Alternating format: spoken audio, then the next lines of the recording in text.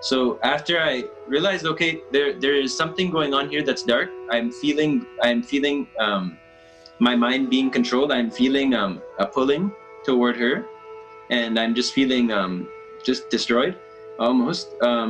So I went and researched her. I looked up then the One in God movement, the that she had actually created with this priest, and he has come out actually about her and her lies, saying the exact same thing. Well, not the exact same thing, but saying that the lies she's made on Swamiji are completely false and she's not to be trusted. After she had broken up with him, he was addicted to the crack cocaine, and he had then. I had found at the end of the article that he had committed suicide on train tracks in Toronto, close to the place that I was, exactly where I was. This is true. It got to the point where, as I have already told, where everything she made me do, everything, my entire life was built around her. So whenever I would come back to a feeling of myself, and I'm still getting what I feel is me back. What I feel is what people call as Luke back. And so whenever I would come back into myself, Luke, being Luke, out of her mind control and out of her game, I would then just feel so low in my life, and to the point where I said, oh my God, there's nothing left. I'm totally a slave. Where she takes the trust, she takes your innocence, and she appears like she's this motherly figure of you, and kind of just intimidates your space. So she's very intimidating. So you kind of just, as default, put her as your mother if you're in Gurukul, kind of thing. She acted very motherly around the Gurukul kids. I mean, except for, of course, this incident with Sundareshwara Maharaj, where I guess her real side had come out.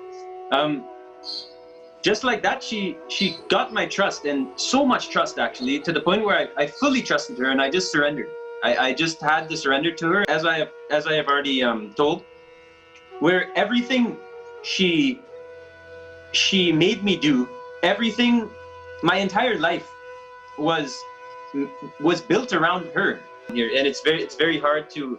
That's why even I have trouble talking about it, and I do stutter, and it's hard for words to come out because of the post-traumatic stress. And I see now that there's abusers now making fun and saying he can barely tell about it, but this, if you search up and really have love in the depth of your heart, you would know that the post-traumatic stress disorder, this is the main symptom of the physical attribute of the post-traumatic stress. So the first thing she did was when we had released the song, the Devadi Dev, she had been really praising me for it and trying to put me almost on a pedestal and giving me a sense of importance, just like she did to Sundareshwara Maharaj.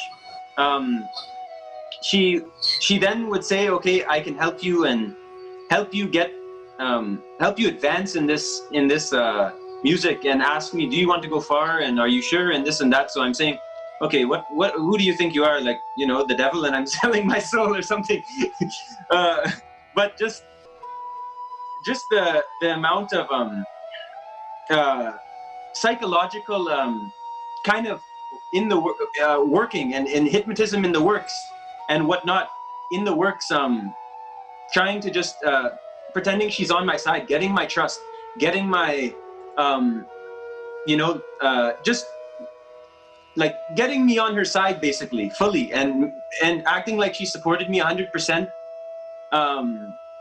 and as though she's there for me 100%, and really praising me for these songs that I had come out with, the Devadi Dev, that hit at 1 million views.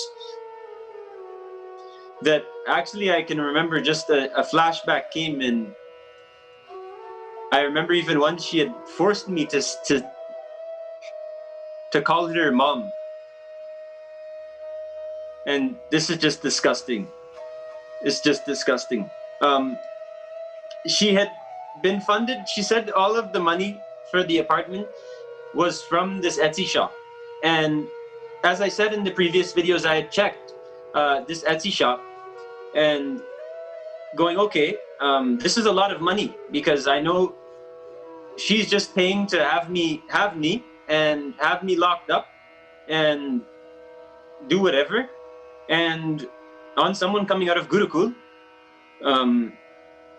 So I said, okay. I then peeped over and saw the amount of sales, and it only equated to about $500, maybe $1,000. And the monthly rent was almost $2,000. It was $1,750. And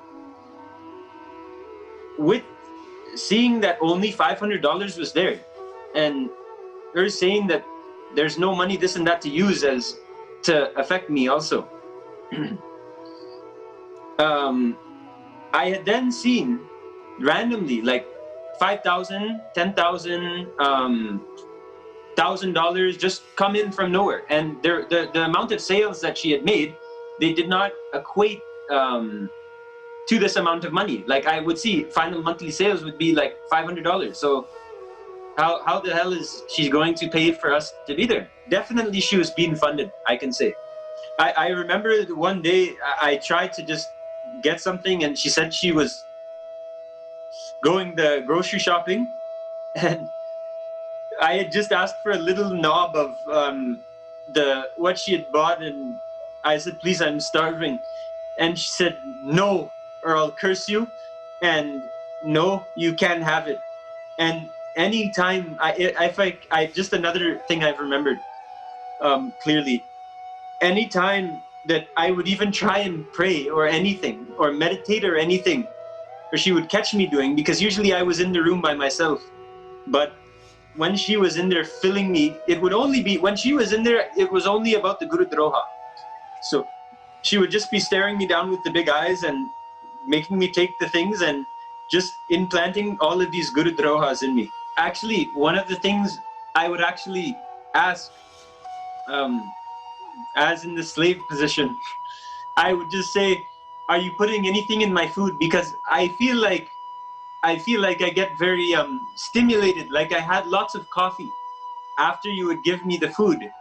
So what are you putting anything in this food? Because I don't feel nice after I eat it. It's beyond like the regular feelings of the three categories of food. I feel like I'm almost like very stimulated and very focused and very not feeling good, feeling very nervous almost. So this is what I asked. I said, are you putting anything in this food? Because I don't feel good after I eat it. Our Guru, His Divine Holiness, is the one who is trying to bring back the Satya Yuga. And if you don't know what the Satya Yuga means, it's the truth, the time of truth, and the time where the enlightened civilization flourishes. And all her goal is to do is to just destroy. So if you want to be a part of the destruction, stay on her side, but eventually you yourself will also maybe be manipulated by her, because she has no friends. She has no friends, I can definitely say. She would be speaking bad about everyone. Even after calling them and getting them out, she would talk about how stupid they are, how much she hated them, and this and that. So just please know who you're dealing with here. You're dealing with someone who has absolutely no emotion. No emotion for my life, no emotion for life itself. If she can do what she did to me and my family, just think. Like, I'm reaching out to all of you who are watching this, sincerely, from someone who's just totally different than I was before. Even just thinking back to who I was, I wish I could go back, but I'm moving forward only due to the fact that I have our Guru, the Avatar himself, Paramashiva, helping me and healing me. And I'm not talking from a sense where I was told to say this. I don't have any sort of agenda. I don't have anything. I'm just saying, in life itself, I feel I've only been healed by my Guru, and my life has been destroyed by her. She was just so addicted to sexual conduct and just so addicted to sex addict. Like, the amount of pain that comes back even just thinking, it's just enough to just say she just took over my whole entire life and destroyed it.